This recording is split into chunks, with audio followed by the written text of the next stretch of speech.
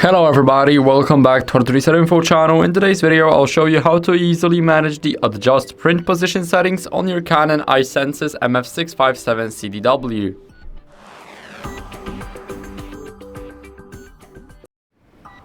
So first, what you guys want to do is go over to the menu. Now here in the menu, let's go over to Adjustment and Maintenance and click on Adjust Image Quality.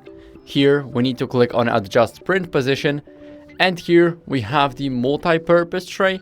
Here we can set the angles, the vertically and horizontally for the back side and the front side. Now, what else can we do is we have the drawer 1, which is the first drawer. And here we can also adjust it vertically and horizontally from both sides. So here you guys can choose it all up to your preference.